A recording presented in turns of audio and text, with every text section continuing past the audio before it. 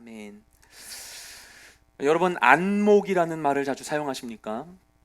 우리가 사건이나 사물, 인물을 분별하고 판단하는 능력을 이야기할 때 안목이라는 말을 사용하죠. 그래서 누군가에게 너 안목 있다, 저 사람 안목이 있어, 이런 말들을 하지 않습니까? 그런데 이 안목이라는 단어의 구성이 재미있습니다. 눈 안자에 눈목을 써서 안목이라고 부르죠. 무언가를 판단하는 데 있어서 정말 중요한 것이 바로 눈, 보는 것에 달려있다는 뜻으로 생각할 수 있습니다. 그만큼 무언가를 본다는 것은 중요한 일이죠. 그리고 보는 것은 우리가 사용할 수 있는 방법 중에 가장 직관적인 정보 습득의 방법이기도 합니다. 하나님께서 만물을 창조하실 때 가장 먼저 창조하신 것이 바로 빛이었습니다. 이 빛에는 다양한 기능이 있지만 그 가운데 우리가 가장 밀접하게 느끼고 활용하는 것이 무언가 하면 사물을 시각적으로 인식할 수 있게 하는 것이죠. 그래서 우리는 가시광선을 통해서 사물의 대상의 색과 형태를 눈으로 보고 알 수 있습니다. 하나님께서는 수많은 피조물들을 창조하시기 전에 가장 먼저 빛을 만드셨습니다.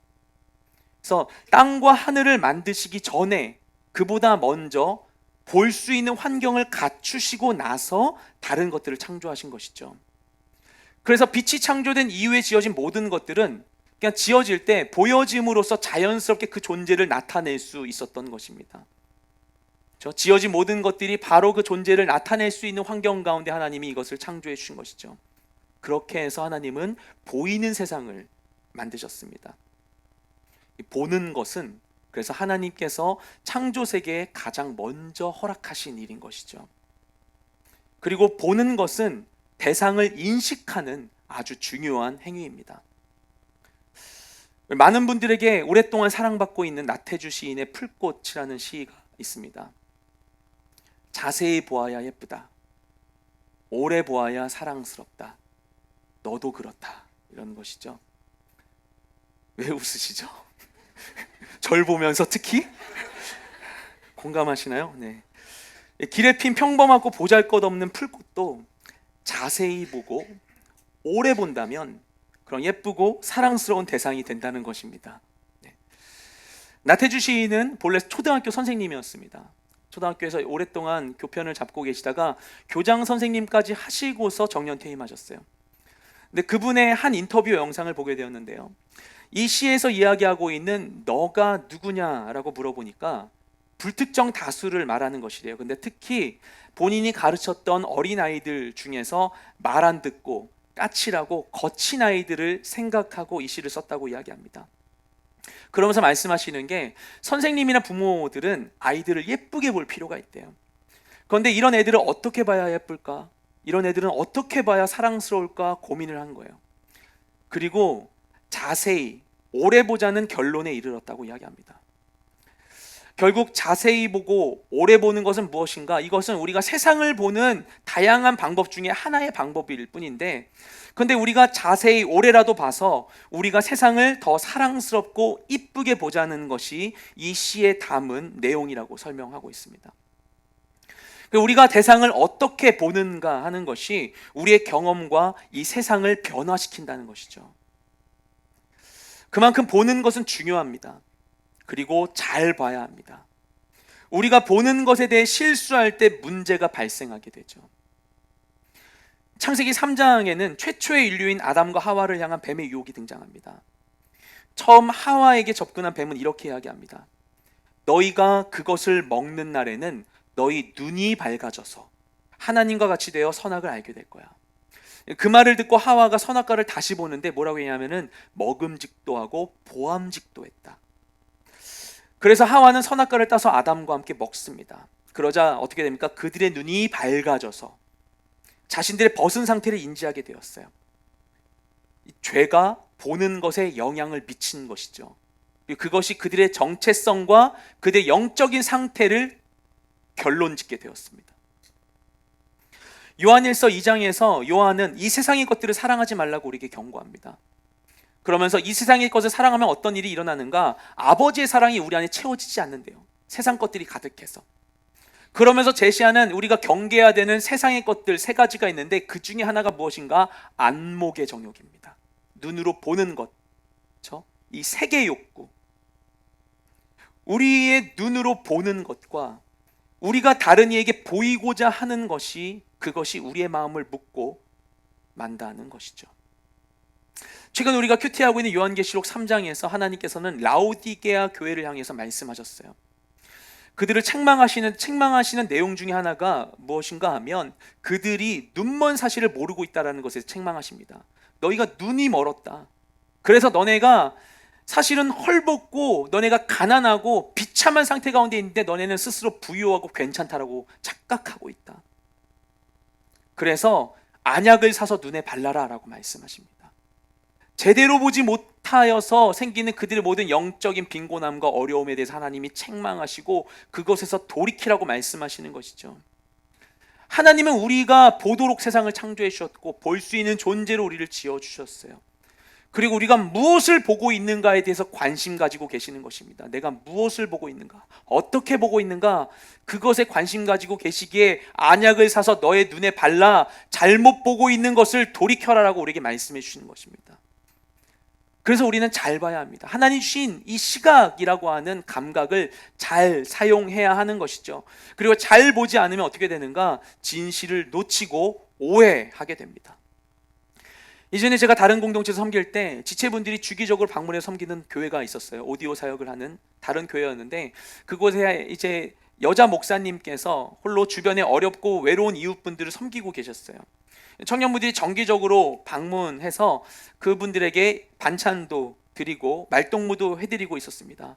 그런 식으로 방문하던 분 중에 한 할아버지가 계셨는데 그 할아버지가 어느 날 목사님께 연락이 와서는 이제 연락하지도 마시고 찾아오지도 마시라고 하더라는 거예요. 근데 목사님이 이 할아버지 왜 그러시지? 너무 의아해서 이 갑작스러운 거절로 인해 이 할아버지를 찾아가셨어요. 찾아가서 할아버지 저 지금 근처에 와 있는데 지금 가도 될까요? 한 다음에 막 오지 말라고 하시는 것을 그래도 갈게요 하고는 이게 찾아가셨대요. 그리고 냉랭한 그 할아버지를 적잖이 위로해드리고 나서 무슨 일이 있었냐고 이렇게 여쭤보니까 그 할아버지는 늘 자신을 방문해주는 청년들이 너무나 고마웠대요. 고마운데 해줄 수 있는 게 없다 보니까 그분이 수첩에 빼곡히 그 모든 시간들을 작성해 주셨어요. 저도 그걸 이제 찍은 걸 봤는데 누구 몇 명이 왔고 얘네들이 반찬을 줬는데 반찬은 뭐가 있었고 이런 걸 다 빼곡히 적으신 거예요. 왜냐하면 이 만남이 너무나 소중하신 거예요. 그래서 청년들이 오는 시간만 기다리고 계신 거예요. 예, 정말 그래서 이거를 이렇게 작성하셨는데 너무나 무언가를 해주고 싶으면 자기가 받고만 있는 게 너무나 초라하고 그러셨대요. 그리고 너무 미안했대요. 그래서 어느 날은 월드콘 10개를 사서 냉장고 냉동실에 넣으시고는 청년들이 오기를 기다리고 계셨던 거예요. 깨끗이 청소하고서 청년들이 왔는데 청년들에게 수고했다고 그래서 월드콘 주겠다고 이렇게 주시는데 청년들이 괜찮다고 사양하면서 할아버지 드시라고 했다라는 거예요. 그리고 그냥 갔대요. 그리고는 목사님께 이렇게 얘기했다고 합니다. 이게 다들 제가 이렇게 산다고 무시하는 것이 뭡니까? 목사님도 저를 그렇게 보시죠. 이제 오지 마세요. 연락하지도 마세요. 이렇게 얘기하더라는 거예요. 그래서 목사님께서 오해하지 않으시도록 잘 설명해드리고 위로해드리게 되었다고 이야기했습니다. 근데 우리가 그것을 듣고 나면 그 청년분들의 마음이 어땠을지 쉽게 짐작이 가지 않습니까? 그 청년분들은 분명히 할아버지께 부담을 드리고 싶지 않았을 거예요. 자기들이 섬기러 간 것이지 섬김을 받으러 간 게 아니라고 생각했기 때문에 차마 할아버지가 주신 정말 그 귀한 돈으로 사신 이 월드콘 이거를 막 쉽게 까서 먹을 수가 없는 거예요. 예.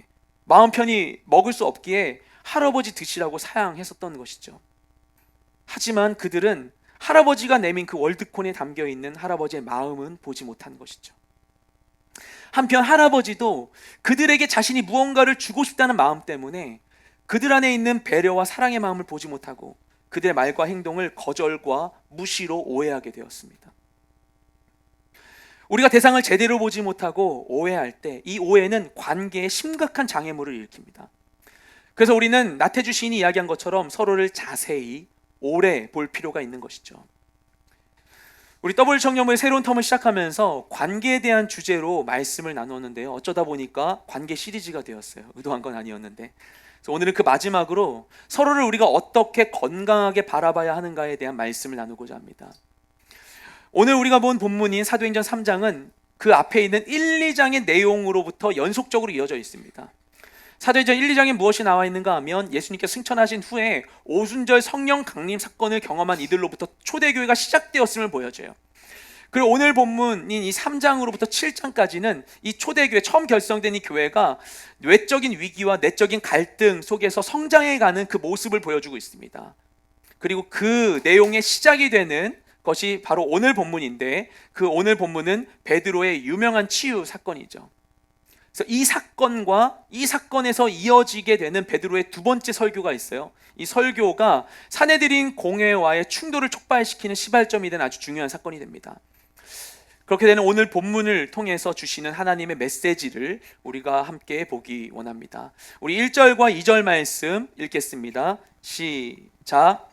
어느 날 오후 3시 기도 시간에 베드로와 요한이 성전으로 올라가고 있었습니다. 사람들이 태어나면서부터 걷지 못하는 사람을 메고 오는데 그들은 그가 성전에 들어가는 사람들에게 구걸할 수 있도록 아름다운 문이라는 성전문에 그를 날마다 앉혀 놓았습니다. 아멘. 누가는 사도행전 3장을 기록하면서 본 사건의 시간과 장소를 디테일하게 기록하고 있습니다. 이것은 이 사건이 확실한 역사적인 사건임을 나타내려는 것이죠. 때는 언젠가 어느 날 오후 3시였어요. 당대 유대인들은 하루에 3번 기도를 했습니다. 그들의 시간 계산법으로는 제3시, 제6시, 제9시였는데 오늘날 우리가 쓰고 있는 하루를 24시간 나누는 이 시간으로는 각각 오전 9시, 정오인 12시, 오후 3시였습니다. 그리고 이 사건이 이루어진 오후 3시는 하루 중에 마지막 공식 기도 모임이 되었던 것이죠. 그래서 아마도 사람들이 이때 굉장히 많았을 것입니다. 그때 베드로와 요한이 기도하기 위해서 성전으로 올라갔습니다. 그 본문의 뉘앙스를 볼 때 그들은 습관적으로 이처럼 기도 생활을 계속 해왔던 것으로 보입니다. 그들은 예수님의 승천과 오순절 성령 강림 사건 이후에도 계속해서 그 유대의 관습에 따라 정해진 시간에 성전에서 기도를 했습니다. 그리고 이렇게 된 것은 아마도 매일 새벽마다 하루를 기도로 시작하셨던 예수님의 습관을 따른 것이라고 생각되죠. 우리가 이처럼 정기적으로 시간을 정해서 기도하는 것은 강력한 힘이 있습니다.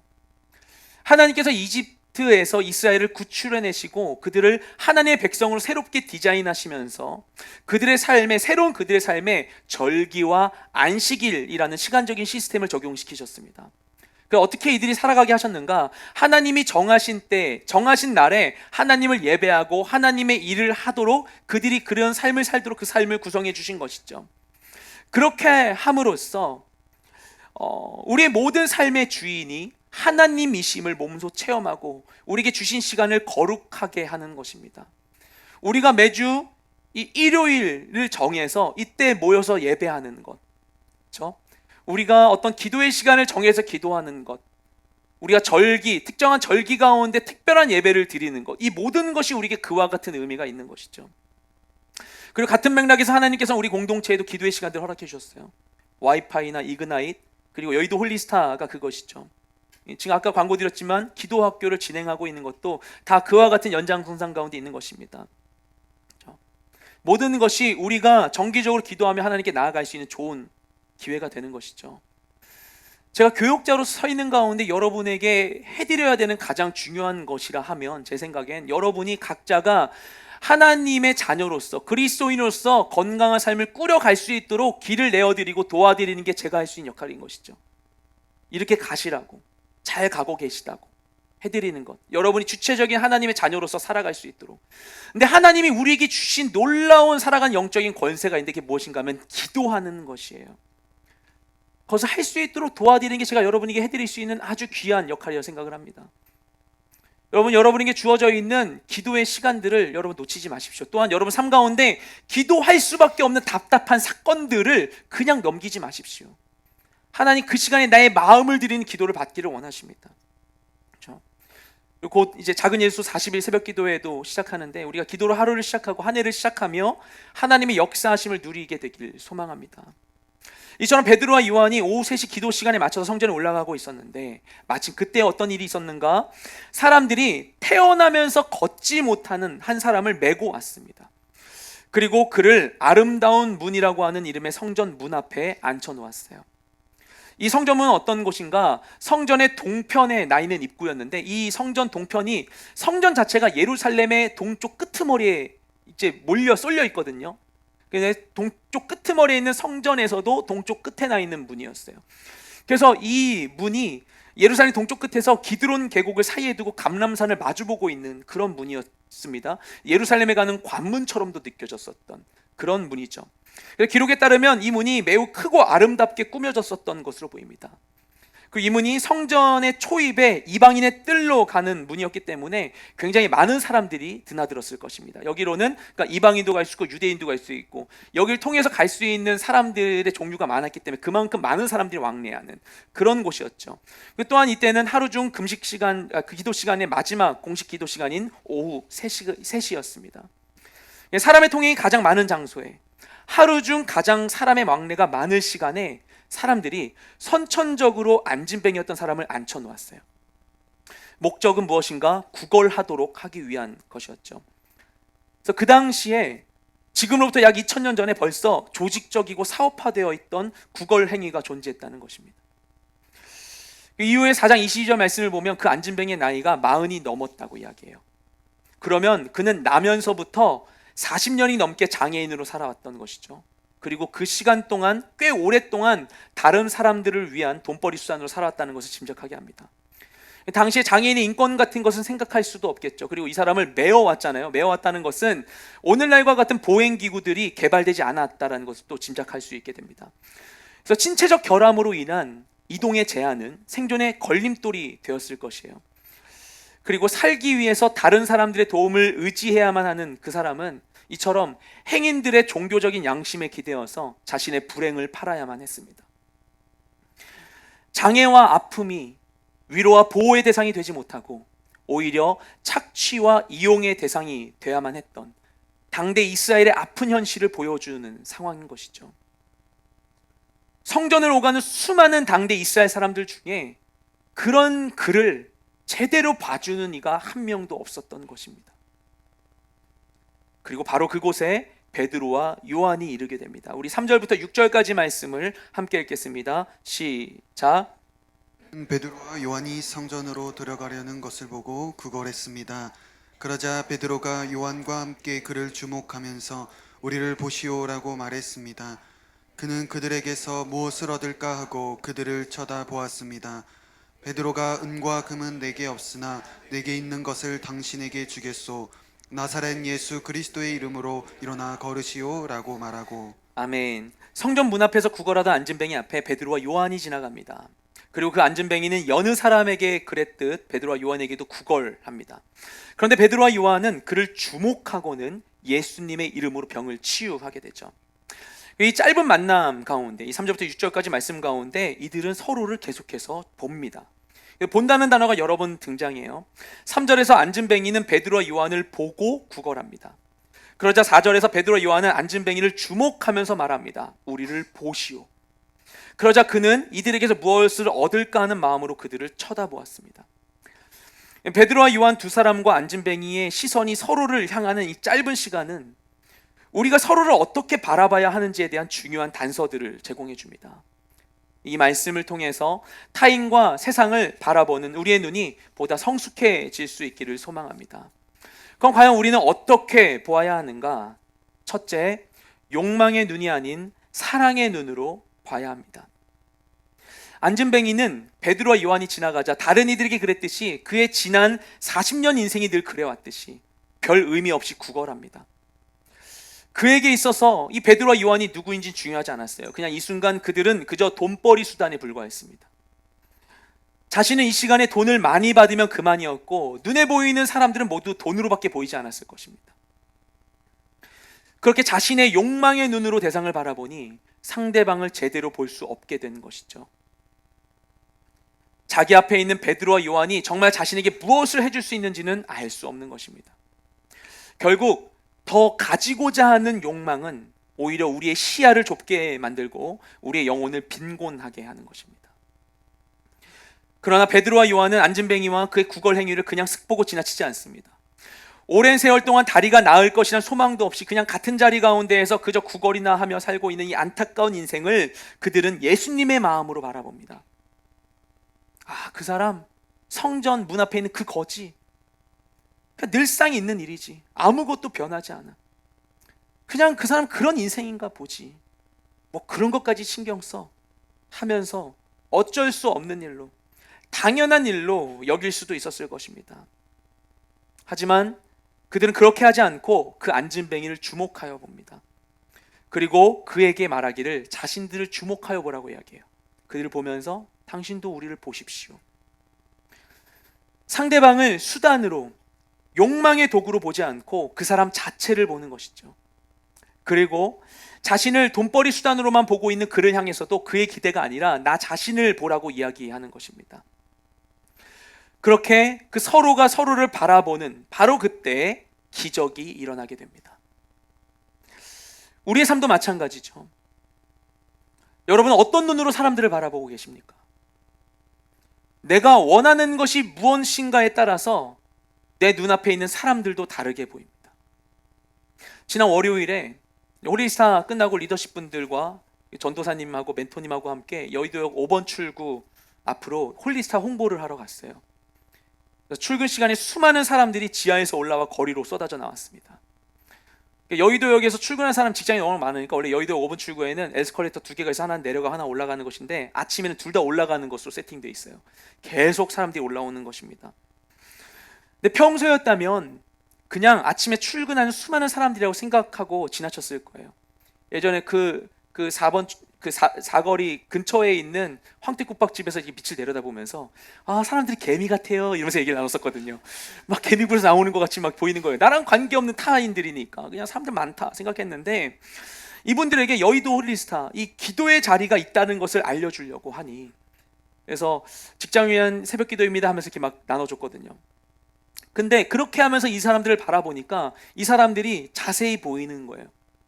스마트폰에 이렇게 파묻혀서 가는 수많은 사람들, 웃음기 하나 없이 생기 없는 회색빛 얼굴로 걸어가는 사람들, 우리도 그렇지 않습니까?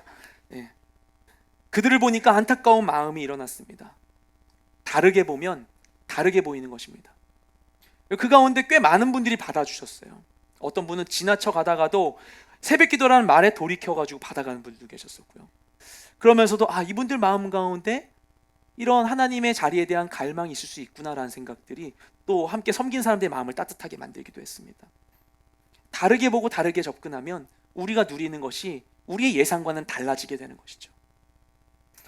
우리는 나를 이용하려고 하는 시선들에 너무나 많이 상처받지 않았습니까? 그렇다면 우리는 다르게 봐야 합니다. 그동안 여러분은 어떤 시선으로 살아왔습니까? 빼앗기지 않고 이용당하지 않고 원하는 것을 얻기 위해서 사람들을 어떻게 바라봐야 하는지를 우리는 그동안 세상에서 잘 배워왔습니다.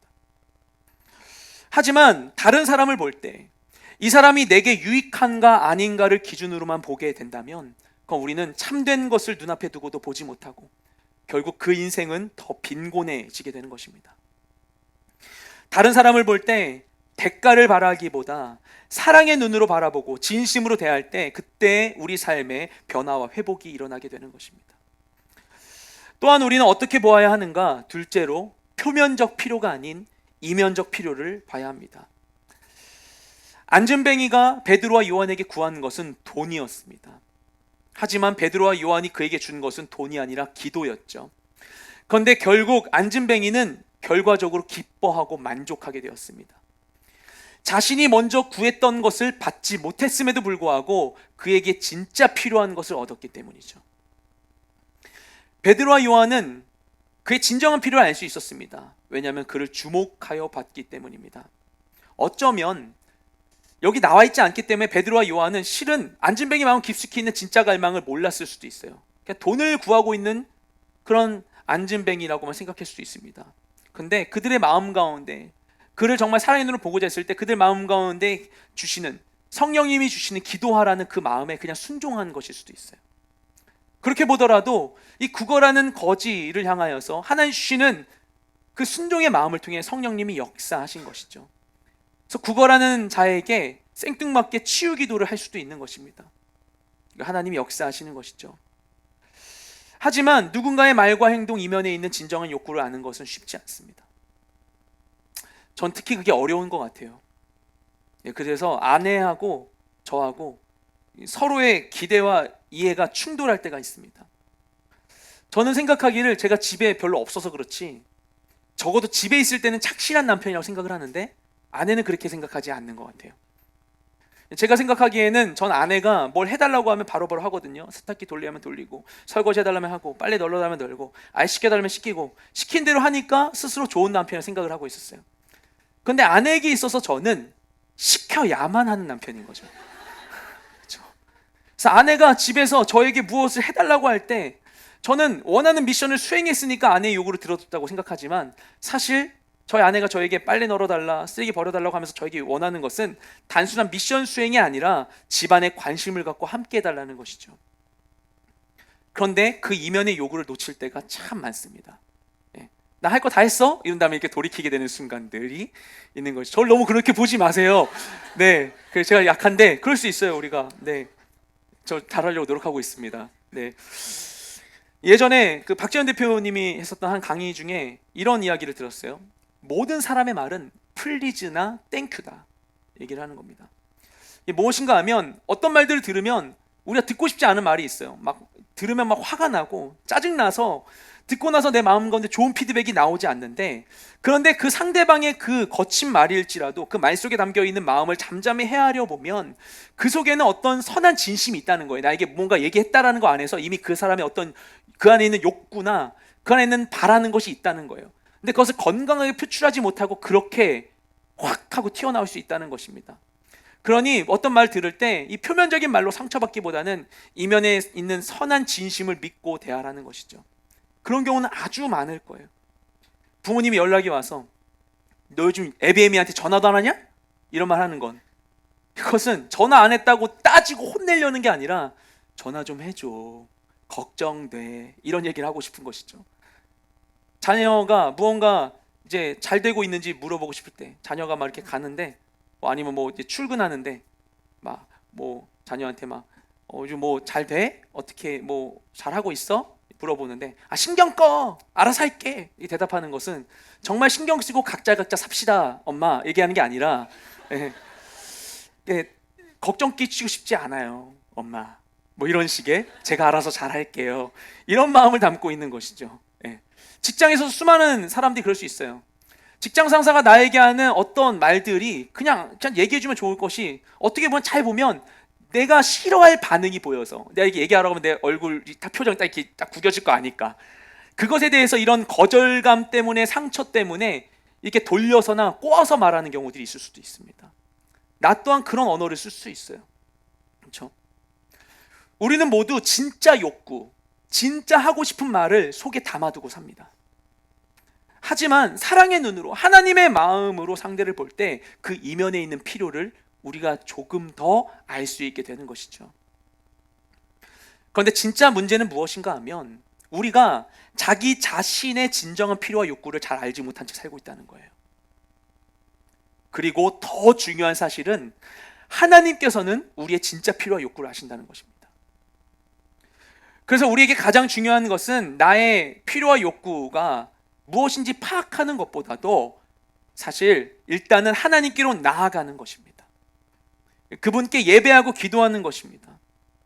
내가 뭔가 힘들긴 힘든데, 요즘 너무나 사는 게 팍팍한데, 뭘 해도 재미가 없는데, 내 문제의 원인을 내가 다 알지 못하고 해결할 방법이 깜깜하고 진짜 필요를 알지 못한다 할지라도 하나님께서는 내가 기도할 때 내게 진짜 필요한 것을 채워주시기 때문입니다. 성전 미문에 있는 안전뱅이는 베드로와 요한에게 그저 구걸했을 뿐이지만 하나님께서는 결과적으로 그가 구한 것 이상의 것, 그가 구할 줄도 몰랐었던, 그가 기대하지도 못했던 것을 그에게 주셨습니다. 그는 그냥 돈 달라고 했지만 그냥 돈이 그 사람 것이 됩니까? 아니죠. 그냥 돈 받음으로써 그냥 그날 끼니 해결할 수 있었을 거예요. 그는 결국 원했던 거 그냥 끼니 해결하고 그냥 살 수 있는 거, 사람들, 날 데려온 사람들에게 칭찬받는 것 정도였지만 하나님은 그에게 생명을 주셨습니다. 치유를 주셨습니다. 그래서 그는 진정한 만족과 기쁨을 누리게 되는 것이죠. 우리가 바르게 볼 때 이면의 필요를 볼 수 있게 됩니다. 그리고 우리는 또 어떻게 보아야 하는가? 셋째, 나의 능력이 아닌 능력의 주님을 봐야 합니다. 6절에 나오는 베드로의 선포는 우리의 기도의 영역을 확장시켜주는 놀라운 사건입니다. 우리에게 닥치는 시련과 세상의 요구와 삶의 문제들 앞에서 우리가 가지고 있는 소유의 유무와 많고 적음은 본질적인 문제가 되지 않는다는 거예요. 믿는 사람들은 자신이 가지고 있는 것 이상을 누릴 권세가 있다는 것입니다. 그래서 자신의 능력을 의지하기보다 능력이 되시는 주님을 의지하는 것이죠. 그래서 베드로가 얘기하는 것이죠. 은과 금은 내게 없거니와, 돈 달라고 하는데 은과 금은 내게 없거니와 내게 있는 것을 너에게 주노니 나사렛 예수의 이름으로 일어나 걸으라 라고 얘기할 수 있었던 것입니다. 그렇게 베드로는 예수의 이름의 권세로 명령하며 선포합니다. 이것은 다음과 같은 말씀에 근거한 것입니다. 우리 요한복음 14장 13절부터 14절 말씀 함께 읽겠습니다. 시작. 너희가 무엇이든지 내 이름으로 구하면 내가 다 이루어 주겠다. 이는 아들을 통해 아버지께서 영광을 받으시게 하려는 것이다. 너희는 내 이름으로 무엇이든지 구하라. 그러면 내가 다 이루어 주겠다. 아멘. 예수님께서 말씀하시기를 내 이름으로 구하면 이루어 주겠다라고 말씀하십니다. 이어서 요한복음 16장 24절 말씀 읽겠습니다. 시작. 지금까지는 너희가 내 이름으로 아무것도 구하지 않았다. 그러나 구하라. 그러면 받을 것이니 너희 기쁨이 충만해질 것이다. 아멘. 예수님의 이름으로 구하라고 하는 것이죠. 빌립보서 2장 9절 10절 말씀 읽겠습니다. 시작. 그러므로 하나님께서는 그를 지극히 높여 모든 이름 위에 뛰어난 이름을 주셨습니다. 이는 하늘과 땅 아래에 있는 모든 사람들이 예수의 이름 앞에 무릎을 꿇게 하시고. 아멘. 이 말씀들은 동일한 메시지를 우리에게 줍니다. 바로 예수님의 이름에 권세가 있다는 것이죠. 그래서 우리가 기도할 때 어떻게 기도합니까? 예수님의 이름으로 기도합니다. 아멘 하라고 하는 이유가 그렇게 되어 있는 것이죠. 여러분, 예수님의 이름으로 기도하실 때 그 기도를 들으신 예수님의 이름에 권세가 있음을 믿으십시오. 믿고 선포하십시오. 예. 어릴 때 밤에 어머니께서 슈퍼마켓 다녀오라는 심부름 하시면 가긴 가야 되는데 너무 무서웠어요. 근데 저희 집에서 그 앞에 있는 럭키슈퍼까지 가는 것이 멀지가 않았거든요. 네. 걸어서 1분도 안 될 수 있는 짧은 거리였어요. 우리 골목 바로 다음이었었거든요. 근데 어두운 집 앞에 골목을 통과하는 그 1분도 안 되는 시간이 너무나 무서운 거예요. 그래서 현관문 나 간다 한다 현관문을 나가자마자 닫으면서 예수 이름으로 막 뛰어갔어요. 승리를 하면서 이제 그 조명이 있는 밝은 그 거리까지 탁 뛰어간 다음에서야 걸어가고서 다시 이제 물건 산 다음에 들어오면서 예수 이름 하면서 이렇게 뛰어서 집으로 돌아갔었어요. 예. 예전에 제가 중1 때 한때 중학교 1학년 때 제가 그런 일들이 좀 많았던 것 같은데, 그때 가위가 많이 눌리던 그런 시즌이 있었어요. 처음에 제가 가위 눌리는 게 뭔지도 몰랐는데 어느 날 그것을 경험하고서 어머니께 말씀드렸어요. 그러니까 어머니께서 말씀하시길 다음에 또 그렇게 되면은 예수 이름을 명하노니 사단아 물러가라라고 외치라고 하시는 거예요. 그리고 또 가위가 눌렸어요. 그래서 하다가 예수 이름을 명하는 사단아 물러가라 하니까 탁 풀리는 거예요. 네. 그때 알았어요. 아, 예수 이름에 진짜 능력이 있구나. 제가 명확한 믿음을 가지고 했는지 모르겠어요. 그냥 엄마가 이렇게 하라고 해가지고 했었거든요. 근데 예수님의 이름으로 명령하니까 탁 사라지는 거예요. 하나님께서 하늘과 땅과 땅 아래에 있는 모든 만물이 예수의 이름에 순종하게 하셨습니다. 그리고 그 이름의 권세를 우리에게 허락해 주셨어요. 예수님 말씀하시잖아요. 내 이름으로 해라 말씀하시잖아요. 내 이름으로 기도해라 말씀하시잖아요. 이것은 우리가 원하는 대로 세상을 조종하며 살 수 있는 능력을 주기 위한 게 아니죠. 근본적으로 하나님의 능력과 주권을 드러내기 위한 것입니다. 그래서 우리가 그것을 함으로써 나를 향한 하나님의 사랑이 얼마나 큰지, 그분의 능력이 얼마나 위대하신지를 우리가 깨달을 수 있도록 해주시는 것이죠. 말씀에 약속하신 대로 예수님의 이름에 권세가 있습니다. 베드로가 선포했던 거, 예수의 이름을 명하노니 일어나라. 명령하는 것처럼. 우리 내면에도 적용할 수 있어요. 우리가 힘들 때 어떤 우리 배후에 있는 영적인 실체를 묶을 수 있어요. 예수의 이름을 명하는 내 안에 있는 두려움의 영은 떠나갈지어다. 예수의 이름을 명하는 거짓의 영은 떠나갈지어다. 혼란의 영은 떠나갈지어다. 여러분이 가야만 하는 어떤 두려운 자리에 앞두고도 여러분 명령할 수 있습니다. 악한 것을 쫓아낸 자리에는 또 선한 것을 심으십시오. 예수의 명하노니 평안이 임할지어다. 그리스도의 사랑이 임할지어다. 지혜가 임할지어다. 그런데 우리가 성경을 많이 볼수록 이 진리에 노출될수록 우리의 그 기도가 더욱더 확장되어져요. 이 권세를 사용하십시오. 하나님 우리 가운데 그렇게 일하셔서 자신의 하나님 되심을 나타내기를 원하세요. 여러분 사용하시고 하나님께 영광을 돌리십시오. 하나님 우리 삶에 크고 놀라운 일을 이루실 것입니다. 그런데 하나님께서 그렇게 행하시는 이유, 정말 그 이유를 우리가 오해하지 말아야 합니다. 말씀드렸지만 이것이 절대 어떤 나의 만족을 위한 것이 되면 안 되는 것이죠. 하나님이 이와 같은 그분의 능력과 권세를 우리에게 허락하신 데는 분명한 목적이 있습니다. 우리 7절부터 10절까지 말씀 함께 읽겠습니다. 시작. 그의 오른손을 잡아 일으키니 그의 발과 발목이 곧 힘을 얻어 뛰어 일어나 걷기 시작했습니다. 그는 걷기도 하고 뛰기도 하며 하나님을 찬미하면서 그들과 함께 성전으로 들어갔습니다.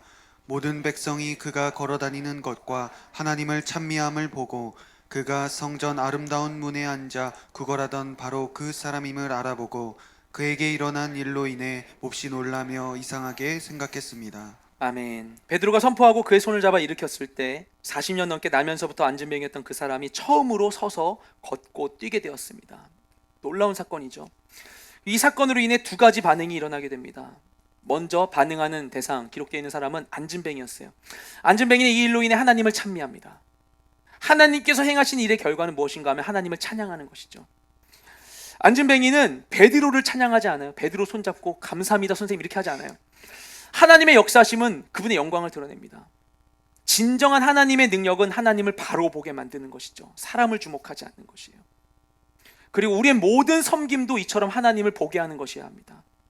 우리가 이제 겨울에 섬길 사랑의 나눔도 크리스마스 플래싱도 이 모든 것이 다 마찬가지인 것이죠. 그리고 성전에 모여있던 사람들도 이 사건을 봤어요. 그들은 어떻게 반응하는가? 그들은 몹시 놀라고 이상하게 여기게 되었습니다. 이를 통해 볼 때 이 안진뱅이는 오랫동안 이곳에서 구걸했던 것 같아요. 사람들은 그 사람을, 이 안진뱅이를 공공연히 알고 있었던 것으로 보입니다. 그런데 늘 같은 자리에 앉아서 구걸하던 이가 일어나서 뛰며 하나님을 찬양하자 모두가 놀랍게 여기는 거예요. 하나님의 역사는 이처럼 세상을 놀라게 합니다. 세상의 방법과 상식으로는 이해할 수 없는 일들을 일으키는 것이죠. 이 모든 일들의 시작은 무엇인가? 바로 보는 것으로부터 시작되었습니다. 길에 있는 그 안진뱅이, 그냥 일상 가운데 있는 그 어려운 부분, 일상 가운데 늘 있는 그 구멍, 어둡고 소외되었던 그곳, 그냥 늘 그랬듯 지나칠 수 있는데 그곳을 바르게 보았을 때, 주목하여 보았을 때 이와 같은 놀라운 일들이 일어나게 된 것이죠. 그리고 이 일로 인해 세상 사람들이 결국 하나님을 보게 되었어요. 바른 시선으로 문제를 바라보게 되자 결국 영적 소경되었었던 세상의 눈을 뜨게 하는 것입니다. 자기들의 영적 상태를 알지 못한 채 이 문제를 해결하려는 생각하지 않고 그냥 있었던 그 수많은 이스라엘 사람들의 시선을 다 다르게 바꿔주었던 것이에요. 한두 사람의 온전한 시선이 모두의 시선을 온전하게 만들었던 것입니다. 우리가 사랑의 눈으로 대상을 바라보고 이 대상의 이면적인 필요를 바라보고 능력의 하나님을 바라볼 때 그때 이와 같은 놀라운 일들이 우리에게 일어나게 될 것입니다. 하나님께서는 모든 것을 창조하실 때 가장 먼저 빛을 창조하셨습니다. 빛이 있으므로 모든 존재는 자기 존재를 드러낼 수 있게 되었어요. 어떤 아주 귀한 보물이 있더라도 이것이 깜깜한 곳에 보이지 않는 곳에 있다면 아무도 그 보물의 존재를 알지 못하고 이것을 이용하지도 못하고 보물도 어떤 가치를 드러내지 못할 것입니다. 아무리 귀한 게 있을지라도 보지 못하면, 보이지 않으면 존재하지 않는 것이나 다름없게 됩니다. 하지만 우리가 그것을 보게 된다면 드디어 그것은 의미 있고 가치 있게 될 것입니다. 우리가 자세히 볼 때 진짜가 보입니다. 우리가 서로를 그렇게 볼 수 있게 되기를 소망합니다. 피상적인 것만 봐서는 피상적인 것밖에 누릴 수가 없어요. 하지만 의미 있게 서로를 바라본다면 그 안에 하나님께서 주신 선한 것을 발견하고 누릴 수 있게 될 것입니다. 지금 우리 가까이 있는, 늘 드리고 있는 이 예배 공간 가운데 늘 그 자리에 있는 것만 같은 형제 자매들도 우리가 관심 있게 보지 못한다면 캄캄한 가운데 있을 수도 있습니다. 하나님께서는 각 사람 가운데 모두에게 고유한 은사와 매력을 주셨고, 또한 각자의 삶 가운데 아름다운 이야기들을 예비하셨고 그렇게 인도해 오셨는데, 그 또한 보지 않으면 어둠 가운데 묻히게 됩니다. 하지만 우리가 바르게 본다면 빛 가운데 드러나는 것과 같이 그 존재 하나하나가 빛나게 될 것입니다. 마치 태양이 빛나서 밤의 달을 비추는 것과 같이 빛을 비추면 빛나게 되는 거예요. 그렇게 해서 캄캄한 밤하늘 가운데 수많은 별들이 반짝이는 것과 같이, 빛이 없었다라면 그 많은 것들이, 수많은 별들이 있어도 나 여기 있다고 얘기하지 못한 채 그냥 어둠 속에 어둠으로만 인식되었겠지만, 빛을 비춤으로 인하여서 수많은 별들이 빛을 발하고 자기 존재를 드러내는 것과 같이, 우리가 나의 삶 가운데 서로를 향하여서 빛을 비출 때 그 각자가 하나님 주신 고유한 빛을 발하며 우리가 바라보는 모든 자리들을 더 밝고 아름답게 찬란하게 꾸며주게 될 것입니다. 서로를 바라봄으로 서로를 의미 있게 만드는 우리 모두가 되시기를 주님의 이름으로 축복드립니다. 자, 우리 함께 기도하기에 앞서 우리 마음을 담아 하나님께 찬양하며 나아가기 바랍니다.